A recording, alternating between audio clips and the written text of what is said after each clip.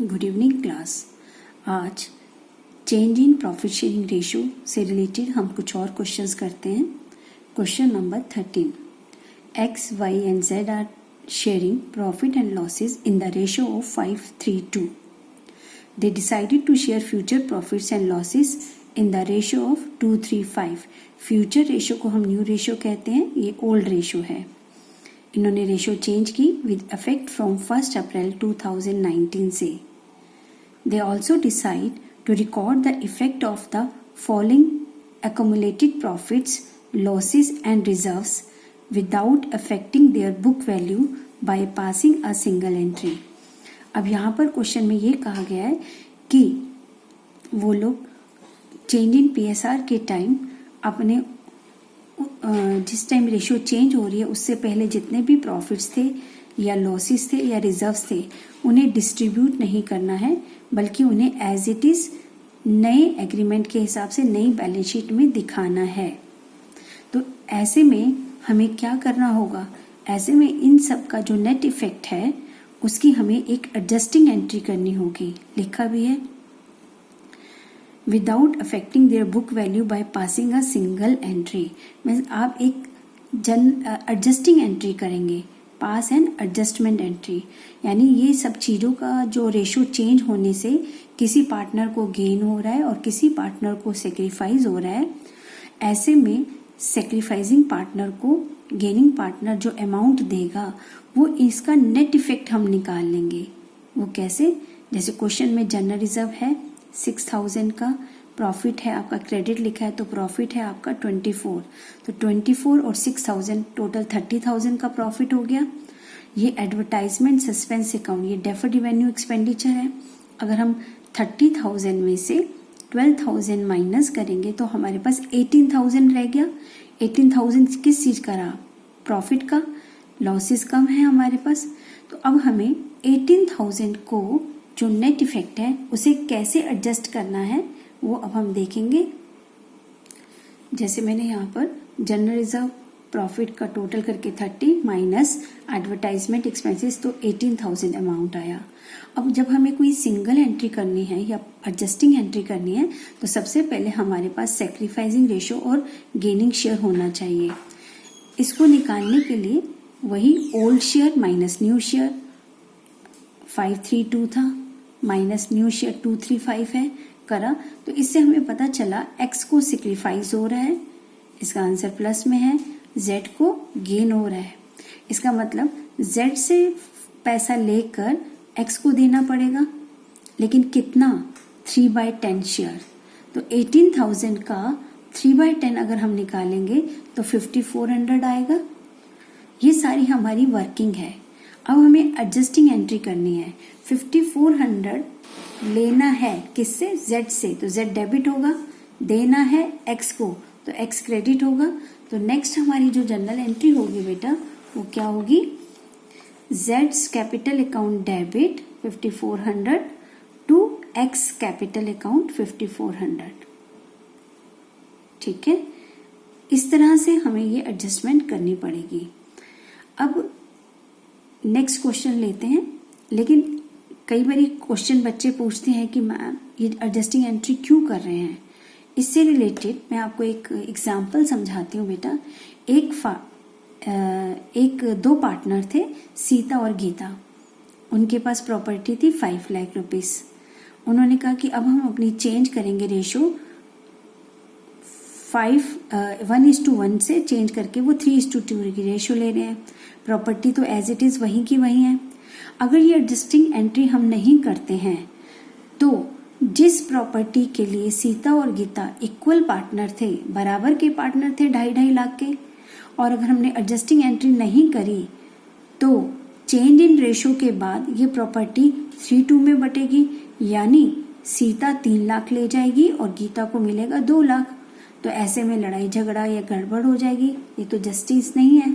तो इसी वजह से जब भी रेशियो चेंज होती है तो रेशियो चेंज होने पर हमें एडजस्टिंग एंट्रीज करनी होती हैं, उस चीज की एडजस्टमेंट जो रेशियो चेंज होने से पहले हुआ है।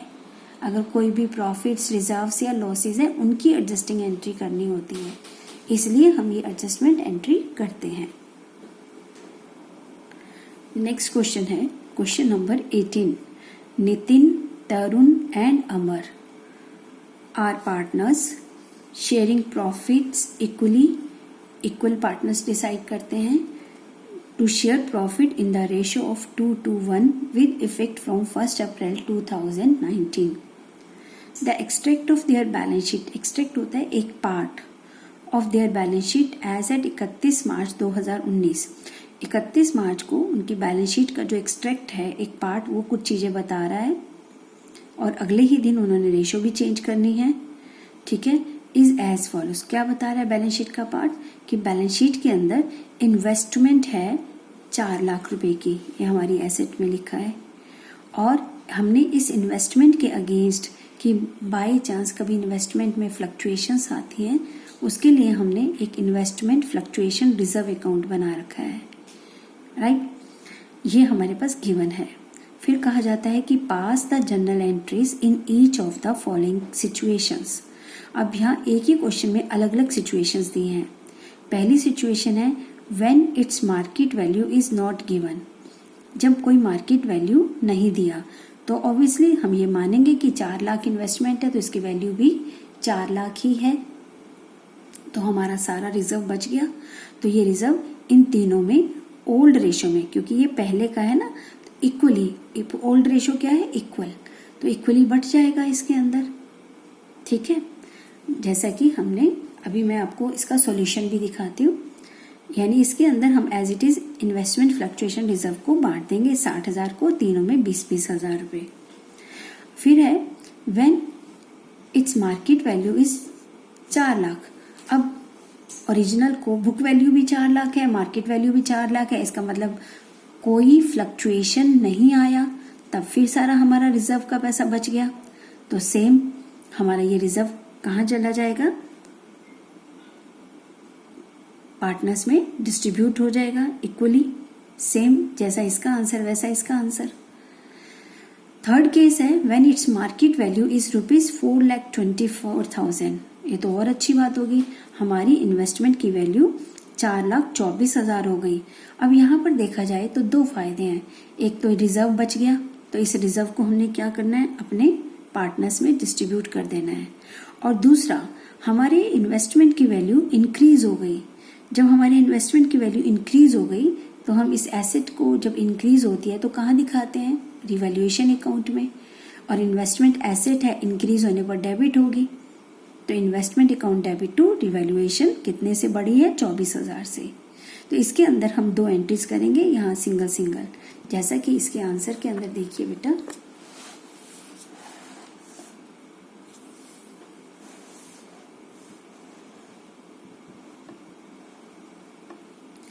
Case 1 when market value is not given, सारा फ्लक्चुएशन रिजर्व हमारा बच गया। Investment fluctuation reserve account debit to Nitin's capital, Tarun's capital, Anand's capital 20-20 हजार। ठीक है, दूसरे केस में भी यही था, when the market value is same, तब भी कोई फ्लक्चुएशन नहीं आया, सेम एज इन केस 1। मैंने यहाँ लिख दिया कि जैसी एंट्री वो है वैसी ही होगी। केस 3 के अंदर भी क्या है बेटा, सेम एज केस इन 1, क्योंकि उसमें हमारी जो वैल्यू थी वो 4,24,000 हो गई थी, तो सारा का सारा रिजर्व बढ़ जाएगा। लेकिन इस रिजर्व के बढ़ने के साथ साथ ही हमारे को क्या हो रहा है, फायदा भी हो रहा है। तो हमें एक एंट्री और करनी पड़ेगी, वो क्या है, investment account debit to revaluation account 24,000। ठीक है, वो वैल्यू जरूर करनी पड़ेगी। अब हम चलते हैं केस नंबर 4 पर।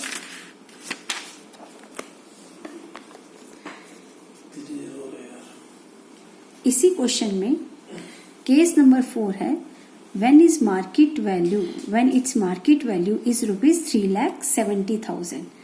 अब यहाँ पर मार्केट वैल्यू कम हो रही है, 4 लाख थी, कम हो रही है 30,000 से, तो इसका मतलब हमें 30,000 का नुकसान हो रहा है। तो इस नुकसान को हम कहाँ से पूरा करेंगे, अपने रिजर्व अकाउंट से। ठीक है, और बाकी फिर रिजर्व में कितना बचा, 30,000। तो जो बच गया उसे पार्टनर्स में डिस्ट्रीब्यूट करते हैं, जैसा कि आंसर मैंने किया।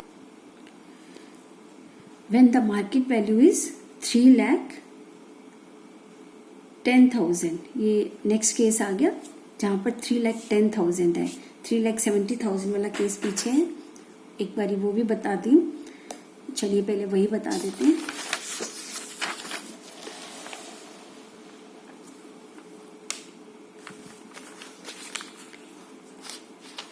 When the market value is less than the book value, तो उसमें इन्वेस्टमेंट फ्लक्चुएशन रिजर्व है 60,000 का, जिसमें से 30,000 तो टू इन्वेस्टमेंट वैल्यू कम होने में एडजस्ट हो गया, टू इन्वेस्टमेंट अकाउंट। बाकी इसमें 30,000 बचा, वो कहाँ चला गया? टू नितिन, तरुण एंड जो इसका थर्ड पार्टनर था 10,000 डिस्ट्रीब्यूट हो गया। इन्वेस्टमेंट को क्रेडिट क्यों गया है? क्योंकि इन्वेस्टमेंट की वैल्यू कम हो गई है। जब कोई एसेट डिक्रीज होती है तो क्रेडिट होती है, इंक्रीज होती है तो डेबिट होती है। यहाँ पर 30,000 से डिक्रीज हुई थी। ठीक है, अब हमारा नेक्स्ट क्वेश्चन है बेटा, when market value is 3,10,000, decrease यानी कम हुई है 90,000, 4 लाख बुक वैल्यू है, बैलेंस शीट में 4 लाख है, अब इसकी वैल्यू हो गई 90,000। यहाँ पर 90,000 जबकि हमारे रिजर्व में है 60,000, तो हम 90,000 में से 60,000 तो अपनी गुल्लक जो रिजर्व है उसमें से ले लेंगे, लेकिन अभी भी 30,000 का नुकसान हमारा है। बैलेंस अमाउंट रिवैल्यूएशन से लेना पड़ेगा। ठीक है, तो सबसे पहले investment fluctuation reserve account debit 60,000, revaluation से लेना पड़ेगा 30,000, और इन्वेस्टमेंट की वैल्यू 90,000 से कम हुई है तो इन्वेस्टमेंट को क्रेडिट किया 90,000 से, टू इन्वेस्टमेंट अकाउंट 90,000। ठीक है, अब इस लॉस को पार्टनर्स में डिस्ट्रीब्यूट कर देंगे। ये जो रिवैल्यूएशन है, नॉर्मली तो आपको रिवैल्यूएशन अकाउंट बनाने को आएगा तो आप ये अमाउंट रिवैल्यूएशन में डाल देंगे तो एंड में पार्टनर्स में अपने आप डिस्ट्रीब्यूट हो जाता है। बट कभी कभी क्वेश्चन में सिर्फ एंट्री करने को आ जाए तब आप इस रिवैल्यूएशन अकाउंट को बांटेंगे पार्टनर्स में। यहाँ डेबिट किया हुआ है, पार्टनर्स में बांटना है इसको, लॉस है ये, तो partners capital account debit to revaluation account 10,000। ये एंट्री तब करेंगे जब आपका फुल फ्लैज क्वेश्चन या रिवैल्यूएशन अकाउंट बनाने को नहीं आता है, तब आप डायरेक्ट इसको डिस्ट्रीब्यूट कर देंगे, अदरवाइज ये अमाउंट रिवैल्यूएशन अकाउंट में चला जाता है। ठीक है, illustration number 19, XY are partners sharing in the ratio of 2:1 on 31st March 2019. Their balance sheet showed general reserve 60,000, यानी चेंज ऑफ PSR के टाइम उनके पास जनरल रिजर्व में 60,000 रुपया था। It was decided that in future they will share profit in losses in the ratio of 3:2। पहले थी ratio 2:1, अब new ratio है 3:2। Pass necessary journal entries in each of the following alternative cases. पहला, when general reserve is not to be shown in the new balance sheet, जब ये चाहते हैं कि इस जनरल रिजर्व को यहीं खत्म कर दो, हम जो नई बैलेंस शीट बनाएंगे यानी आफ्टर चेंज इन PSR नए एग्रीमेंट के साथ, उसमें ये अमाउंट कैरी नहीं करना है। जब ये अमाउंट कैरी नहीं करना है तो सारा बढ़ जाएगा। एंट्री मैंने आपको सिखाई थी, general reserve account debit to XY in their old ratio. ठीक है, when general reserve is to be shown in the new balance sheet, और सेकंड, ये दो अलग अलग क्वेश्चंस हैं इसी में कि जब वो जनरल रिजर्व का अमाउंट आगे कैरी करना चाहते हैं और जब वो आगे कैरी करना नहीं चाहते हैं। इसको कैसे सॉल्व करेंगे? सबसे पहला है general reserve account debit 60,000 to XY in their old ratio. Old ratio में ये मैंने अभी आपको बताया, ये फर्स्ट केस था। सेकेंड केस है general reserve is to be shown in balance sheet, वो बैलेंस शीट में दिखाना चाहते हैं। जब भी ऐसा कोई एसेट या ऐसा कोई प्रॉफिट लॉसेस के बारे में ये कहा जाए कि हम इसको नए एग्रीमेंट के हिसाब से आगे कैरी करना चाहते हैं, तो ऐसे में हमें एक सिंगल एडजस्टिंग एंट्री करनी होगी। उसके लिए हमारे पास सेक्रीफाइसिंग और गेनिंग शेयर चाहिए। तो old share minus new share करके क्वेश्चन में दिया था, ओल्ड 2:1 था, 3:2 था, माइनस किया, old share minus new share. यहाँ इसका आंसर माइनस में है, इसका मतलब इसको गेन है और इसको सेक्रीफाइस, यानी Y से लेंगे और X को देंगे। कितना शेयर? 1/15। जनरल रिजर्व में टोटल अमाउंट कितना है? 60,000। तो सबसे पहले हमें सेकंड केस के अंदर 60,000 का 1/15 निकालना है, 4,000 आया। ये 4,000 पे y को गेन हुआ था, y is capital account debit, किसको देना है, x को, to x capital account 4,000। Being general reserve amount adjusted word लिखा है यहाँ मैंने, पहले वाली एंट्री में लिखते हैं बीइंग जनरल रिजर्व डिस्ट्रीब्यूटेड, उसमें सीधा बांट दिया, इसमें हमने एडजस्ट करा है, नेट इफेक्ट ले लिया है, यानी इसमें से 4,000 का हमने जो डिफरेंस आ रहा था वो ठीक कर लिया, बाकी आगे कंटिन्यू एज इट इज हो जाएगा। ठीक है, क्वेश्चन को ध्यान से ये जरूर पढ़ना है बेटा कि रिजर्व्स प्रॉफिट्स को वो आगे कैरी करना चाहते हैं या डिस्ट्रीब्यूट करना चाहते हैं। डिस्ट्रीब्यूट करते हैं तो डायरेक्ट हो जाएगा, बट अगर कैरी करना चाहते हैं तो उनकी एडजस्टेड एंट्री करनी पड़ेगी, सेक्रीफाइसिंग शेयर और गेनिंग शेयर निकाल कर। नेक्स्ट क्वेश्चन है, Bhavya and Sakshi are partners in a firm, sharing profit and losses in the ratio of 3:2. On 31st March 2018, their balance sheet was as under. Balance sheet दिया है, सारी assets दिए हैं, इधर आपकी लाइबिलिटीज गिवन है। Liabilities में देखिए आप चेक कर लीजिए, 4 item, general reserve, investment fluctuation, workman compensation, वो मैंने बताई थी, जनरल रिजर्व भी है, इन्वेस्टमेंट फ्लक्चुएशन 2 ही आइटम्स गिवन है, बाकी तो लाइबिलिटी है और कैपिटल है। इधर आपकी furniture, land and building, investment fluctuation fund और इन्वेस्टमेंट कितने की है, 30,000 की, और फंड कितने का है, 20,000 का।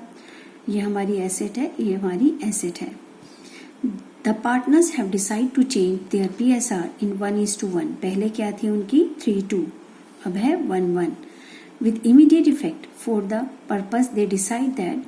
अब उन्होंने रेशियो चेंज किया, देन क्या एग्रीमेंट किया, क्या डिसाइड किया है, investment is to be valued at ₹20,000। अब यहाँ इन्वेस्टमेंट थी 30,000 की, उसकी वैल्यू कम हो गई 10,000 से।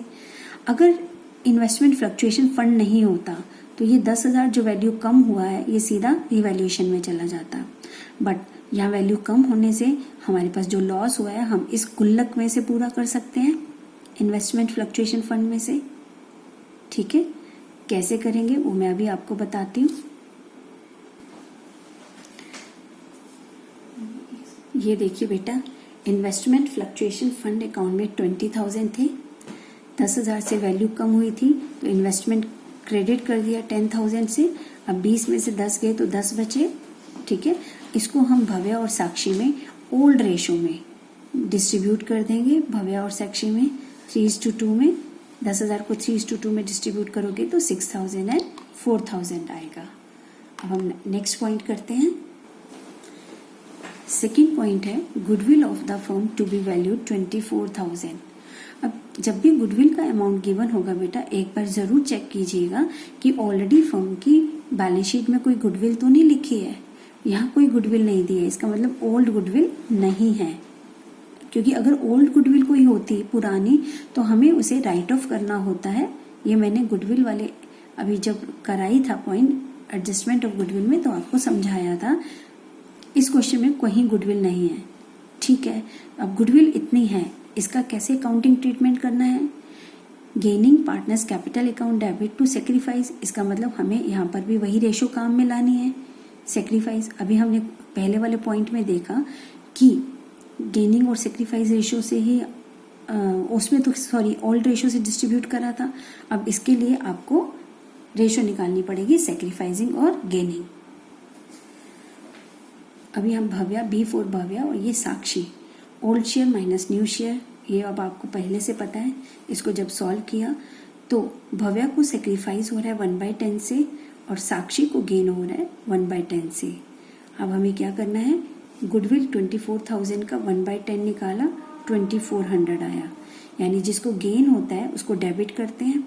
तो साक्षीज कैपिटल अकाउंट डेबिट 2400, किसको देना है पैसा, भव्या को, to Bhavya's capital account 2400। Clear, ये था हमारा सेकंड पॉइंट गुडविल का। पहला पॉइंट मैंने आपको इन्वेस्टमेंट फ्लक्चुएशन फंड का समझाया है। अब हम देखते हैं थर्ड पॉइंट क्या है क्वेश्चन में। General reserve not to be distributed, question में लिखा है कि जनरल रिजर्व को बांटना नहीं है बिटवीन द पार्टनर्स, यानी इसे आपको डिस्ट्रीब्यूट नहीं करना। तो दूसरा ऑप्शन क्या होता है, एडजस्ट करना। ठीक है। अगर डिस्ट्रीब्यूशन होता तो सारा का सारा अमाउंट पार्टनर्स में ओल्ड रेशो में बढ़ जाता, बट यहाँ बांटना तो है ही नहीं है, तो हम इसको क्या करेंगे, एडजस्ट करेंगे। एडजस्ट करने के लिए भी आपको क्या चाहिए, गेनिंग और सेक्रीफाइसिंग रेशो। अब वो कितना अमाउंट है जनरल रिजर्व का, ये देख लीजिए 23,400, 23,400। इसको करते हैं, जैसा कि अभी हमने निकाली थी भव्या और साक्षी में, भव्या को सेक्रीफाइस हो रहा है 110 से और साक्षी को गेन हो रहा है 110 से। अब इसी शेयर से हम जनरल रिजर्व को भी एडजस्ट करेंगे। जनरल रिजर्व का अमाउंट है 23,400 और गेनिंग और सेक्रीफाइसिंग शेयर आ रहा है 1/10। इसका सॉल्व किया तो 2340 आया। अब यहाँ साक्षी को गेन था, तो Sakshi's capital account debit 2340 to Bhavya's capital account 2340। Narration में क्या लिखोगे, being general reserve adjusted among the partners, distributed word नहीं लिखा जाएगा, राइट। इसे हमने एडजस्ट किया है, एक से लेकर दूसरे को दिया है। इस तरह से हमें ये सारे क्वेश्चंस करने हैं। अब हमारा चेंज इन पीएसआर के अंदर एक टॉपिक छोड़कर सारे टॉपिक्स हो गए हैं। एक बार मैं आपको थोड़ा सा रिवाइज करा दूं बेटा। मैंने आपको बताया था कि adjustment required for the change of PCR में चेंज इन न्यू रेशियो, ये सारी एडजस्टमेंट ऑफ गुडविल हो गया, रिवैल्यूएशन हो गया, एडजस्टमेंट ऑफ रिजर्व और प्रॉफिट्स का भी हो गया, adjustment of deferred revenue expenditure भी, ये सारे टॉपिक्स 1 बाय 1 कवर कर दिए। अब हमारा एक लास्ट टॉपिक रह गया है एडजस्टमेंट ऑफ कैपिटल। इस टॉपिक को हम तभी समझा सकते हैं जब हम फुल फ्लैज क्वेश्चन करते हैं। तो नेक्स्ट क्लास में हम एक पूरा फुल फ्लैज क्वेश्चन करेंगे, उस टॉपिक के साथ ही आपको ये वाला पॉइंट भी क्लियर किया जाएगा। थैंक यू बेटा।